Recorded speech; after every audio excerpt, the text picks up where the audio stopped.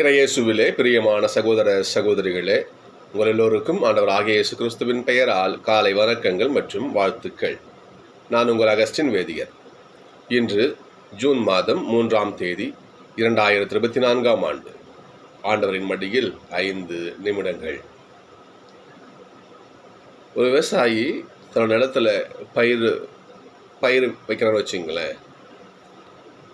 அவன் குறிப்பிட்ட காலம் வருகின்ற பொழுது அதனுடைய பலனை எதிர்பார்ப்பது தவறா? அப்பதான் ஒரு ஓமையை ஏசப்பா சொல்லுவார். தாளந்து ஓமை. ஒரு வீட்டு முதலாளி வெளியூர் பயணம் போகிறாரு. வேலைக்காரங்களை கூப்பிட்டாரு, வந்து இந்தாப்பா கொஞ்சம் காசு வச்சுங்கன்னு கொடுத்துட்டு போகிறாரு. ஊருக்கு போன ஒரு நாள் கழிச்சு திரும்பி வராரு.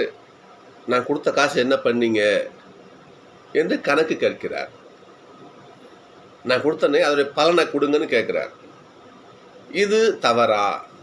நாம் சிந்திச்சு பார்க்கணும். இப்படிப்பட்ட ஒரு முதலாளிக்கு அவர் ஒரு செயலை செஞ்சிருக்கிறாரு. அதற்கு பலனை எதிர்பார்க்கின்ற முதலாளிக்கு பலன் தருவது அந்த நிலத்தினுடைய அந்த நபர்களுடைய கடமை இல்லையா? இதை நாம் சரியாக அவருக்கு கொடுக்குறோமா? அவர் அவ்வாறு கேட்பது தவறா? இதைத்தான் நாம் இன்னைக்கு நம்ம தியானிக்கவிருக்கிறோம். இன்றைக்கு அற்புதமான ஒரு ஓமையை ஏசப்பா பரிசேயர்களுக்கு சொல்றார் பாருங்க. கடவுள் ஆதியிலிருந்து உங்களுக்கு எவ்வளவோ விஷயங்களை செய்தார். உங்களை படைச்சி ஆதி பெற்று செஞ்ச தவற மன்னிச்சு அவங்க அழிக்காம இல்லையா துரத்தி விட்டார். இருந்தாலும் தம் பிள்ளைங்க இல்லையா, அப்படியே கை விட்டாரா? கிடையாது. அதான் மேலே விட்டு இல்லையா அவர் அமிச்சாரு. காயின் ஆபேல் அப்படியே அவங்க வம்சமா இல்லையா. அப்புறம் அபிரகாம், இன்னும் கடவுள் என்ன குறை வச்சார் சொல்லுங்க பாப்பா. இப்படி வழி நடத்திய அந்த இறைவனுக்கு, கடவுளுக்கு, அந்த முதலாளிக்கு தோட்டமாகிய நாம் என்ன பலனை கொடுத்தோம்? சரிங்களா? எஸ்ஐயா ஒரு உண்மை வரும். இந்த பற்றி வரும். திராட்சை தோட்டத்தின் மாதிரி இது கடவுள் யாவே ஆண்டவர் வந்து ஒரு நியாயம் கேட்பார். நான் இதெல்லாம் பண்ண நான் உனக்கு என்ன கொடுத்தேன் என்று கேட்பார்.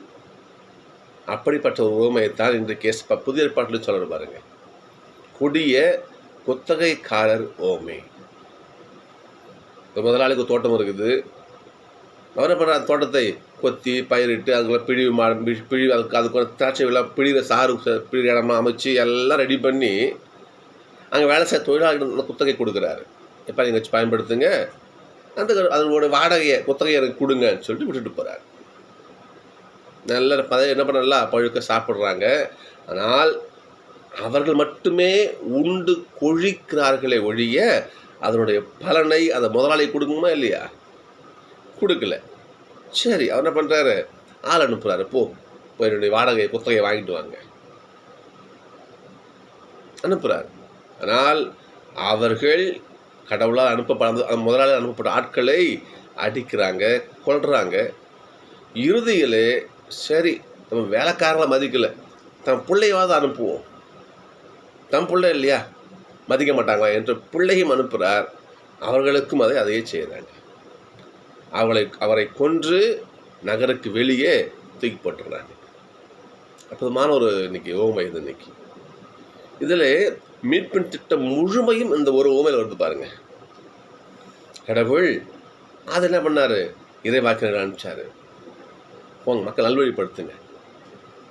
கடவுளை மட்டும் காசு பணம் கேட்கல, நல்ல குணத்தை கேட்குறாரு, நியாயத்தை கேட்குறாரு, நீதியை கேட்குறாரு. என்னை நோக்கி ஆண்டவர் கூவாதீங்க, எனக்கு பழி செலுத்தாதீங்க. ஓசையா 6:6. பழிகளை அல்ல இரக்கத்தையே விரும்புகிறேன். உன் பழி எனக்கு தேவையில்லையா, உன் காசு பணம் எனக்கு தேவையில்லை, உன்னுடைய பொருள் எனக்கு தேவையில்லை.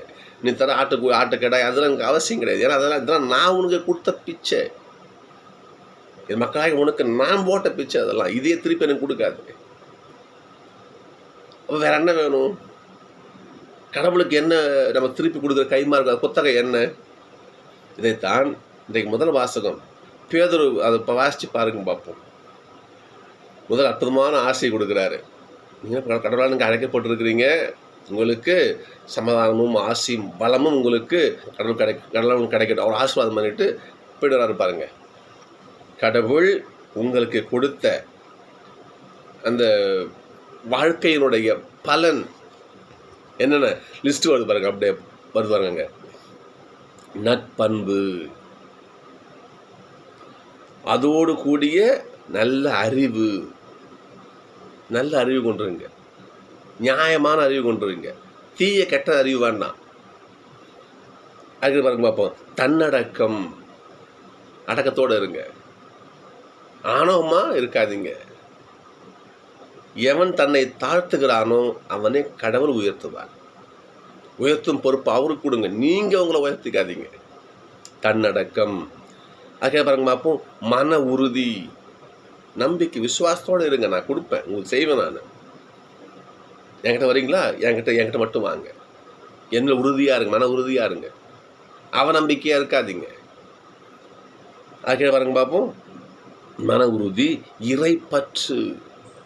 நீங்கள் என் பிள்ளைங்களா இருங்க, அன்னி தெய்வத்திட்ட போகாதீங்க, அங்கே எங்கே வேண்டாம் இல்லையா. நீங்கள் என் பிள்ளைங்க, நானும் அப்பா.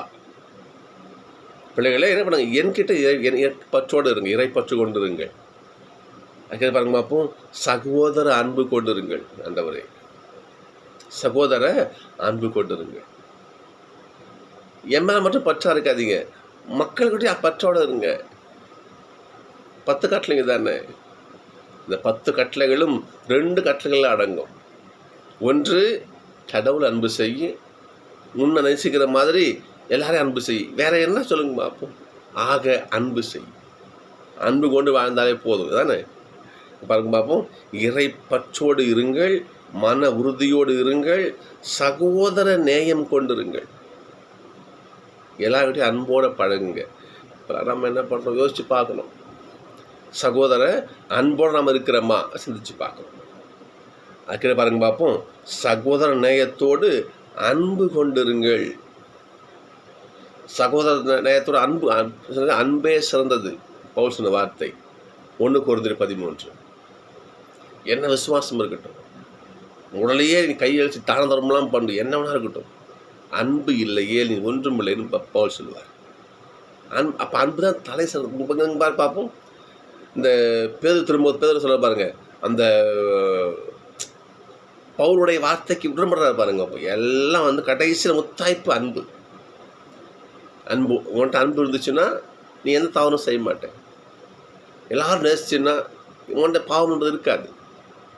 கஷ்டப்பட்டு பாருங்க பார்ப்போம்.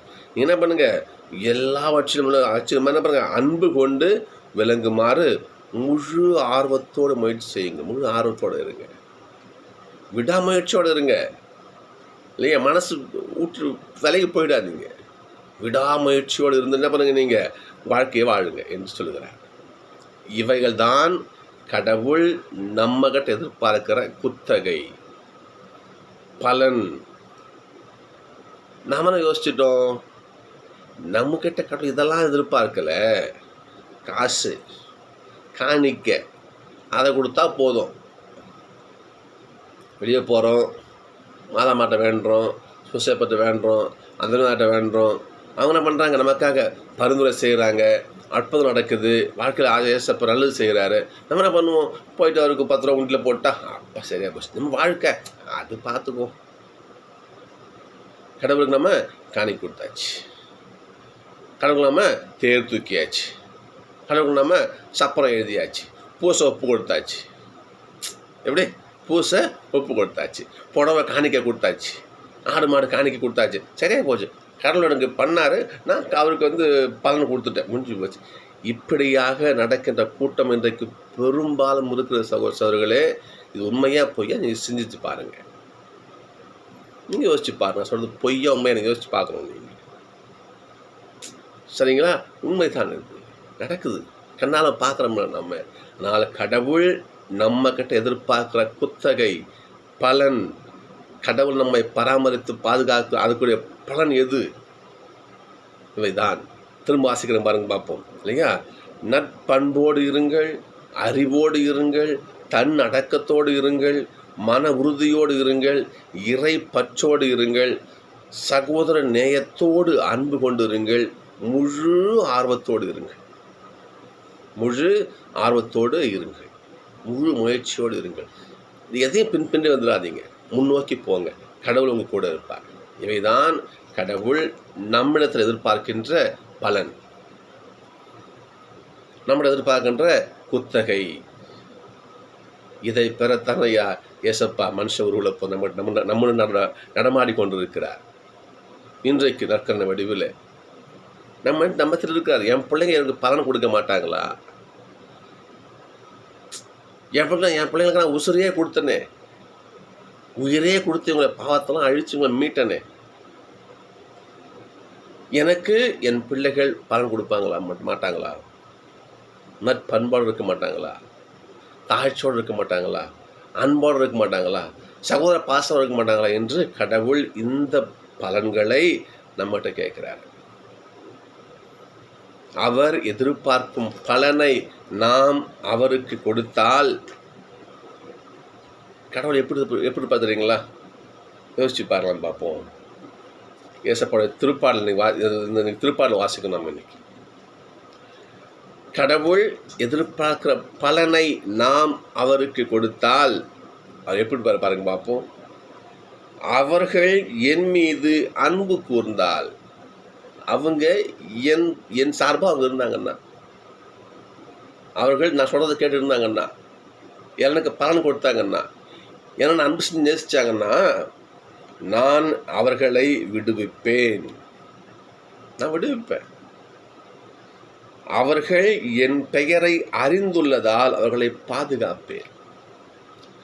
அறிந்துள்ளது என்பது எவ்வளவு வார்த்தைங்களா அது. இந்த அறிதல் என்பது கடவுளோடு ஒன்றோடு ஒன்றாக கலக்கிறது. மாதமா சொல்லுவாங்க இல்லையா, நான் கணவனை அறியேனேன்னு சொல்லுவாங்க. எனக்கு எப்படி குழந்தை பிறக்குன்னு சொல்லுவாங்க. அந்த அறிதல் என்பது ஒன்றோடு ஒன்று கலப்பது. இதுதான் ஏசப்பா இங்கே திருப்பாடல் ஆசிரியர் சொல்கிற பாருங்க. நீங்கள் என்னை அறிந்திருந்தால் என்னோடு ஒன்றோடு ஒன்றாக கலந்து, நானும் நீயும் வெவ்வேறு கிடையாது, என் கூட நீங்கள் அவ்வளோ நீங்கள் அன்பு நேசம் பாசமாக நீங்கள் இருந்தீங்கன்னா பாருங்க பார்ப்போம். என்னை என் பெயரை நீங்கள் அறிந்துள்ளதால் நான் அவர்களை பாதுகாப்பேன். அவர்கள் என்னை நோக்கி மன்றாடும் பொழுது அவர்களுக்கு நான் பதில் அளிப்பேன். நான் கேட்பேன். எப்போ? நீ என்னை அறிந்திருந்தா, நீ எனக்கு பலன் கொடுத்தா நான் உன் குரலை கேட்பேன். அதுக்கு பார்ப்போம். அவர்களது துன்பத்தில் அவர்களோடு இருப்பேன், அவர்களை தப்புவித்து என்ன பண்ணுவேன், நான் பெருமைப்படுத்துவேன். அதனோட ஆசீர்வாதத்தை பாருங்கள். நீடிய ஆயுளால் அவர்களுக்கு நிறைவளிப்பேன். நீடிய ஆயுள். வேற என்ன வேணும் சொல்லுங்க பார்ப்போம். வேற என்ன? ஆண்டவர் நமக்கு ஒரு கடவுளுடைய வாக்கு தத்துவம், அவருடைய வாக்குறுதி, அவருடைய சத்தியம் அது. என் பிள்ளைகள் நீங்கள் எனக்கு பலனை கொடுங்க ஐயா, நீங்கள் நான் விரும்புகிற பலனை கொடுங்க. நம்ம கூட்ட காசு எதிர்பார்க்க, நல்ல மனசை எதிர்பார்க்குறேங்க. நான் வேறு எதுவும் வேணாம் எனக்கு. நான் கொடுத்த பொருள் பிச்சை போடாதீங்க, எனக்கு தேவை கிடையாது. நான் காணிக்க அலைகின்ற கடவுள் கிடையாது. பலிகளை தேவையில்லை, இரக்கத்தையே விரும்புகிறேன். எனக்கு அதை கொடுங்க நீங்கள், போதும். புரியுதுங்களா? நல்ல பிள்ளைகளாக இருங்க. இதை கடவுள் எதிர்பார்ப்பு மிகப்பெரிய கொடுமையாக யோசிச்சு பார்ப்போம். சிந்திச்சு பார்ப்போம். நம்ம சகோதரிகளே, கடவுள் நம்ம பலனை எதிர்பார்க்குறார், நல்ல வகையில் எதிர்பார்க்குறார். அவ்வளோ ஒன்றும் கிடையாது. நல்ல பிள்ளையாரு அகஸ்டின்னு, நல்ல பிள்ளையாரு ஆரோக்கியம்பரி, நீ நல்ல பிள்ளையாரு பிரான்சிஸ், நீ நல்ல பிள்ளையாரு. புரியுதுங்களா? நீ நல்ல பிள்ளையா இரு, அதுவே எனக்கு கோடான கோடி எனக்கு பலன் சொல்லிட்டு ஏசப்பா சொல்கிறார். நீங்கள் வாசகம் தான், இந்த தியானமாக தானே இன்னைக்கு கடவுளை மட்டும் பலன் எதிர்பார்க்கிறார். அப்படி நாம் சரியான பலனை அவருக்கு கொடுத்தால், அவர் ஆசீர்வாதம் பார்த்தீங்களா, நான் கூடவே இருப்பேன், துன்ப வருமானம் தப்பு வைப்பேன், நீடிய ஆயுளை கொடுத்தோம், நான் காப்பாற்றுவேன். கடவுளுடைய ஆசீர்வாதம் உண்டுதில்லை. சகோதரர்களே, ஆண்டவர் எதிர்பார்க்கும் பலனை நம்ம அவருக்கு கொடுத்தால் ஆண்டவருடைய அருட்கரம் நம்ம கூடவே இருக்கும். இது சத்தியம், சத்தியம், சத்தியம். செஞ்சு பார்ப்போம். ஆண்டவருடைய என்ன செய்யன்னு பார்ப்போம். எனவே நாம் கடவுள் எதிர்பார்க்கும் பலனை கொடுக்க முயற்சிப்போம். ஆண்டவர் நிச்சயம் உடனிருந்து நம்மை வழிநடத்துவார். நன்றி, நாளை சந்திப்போம்.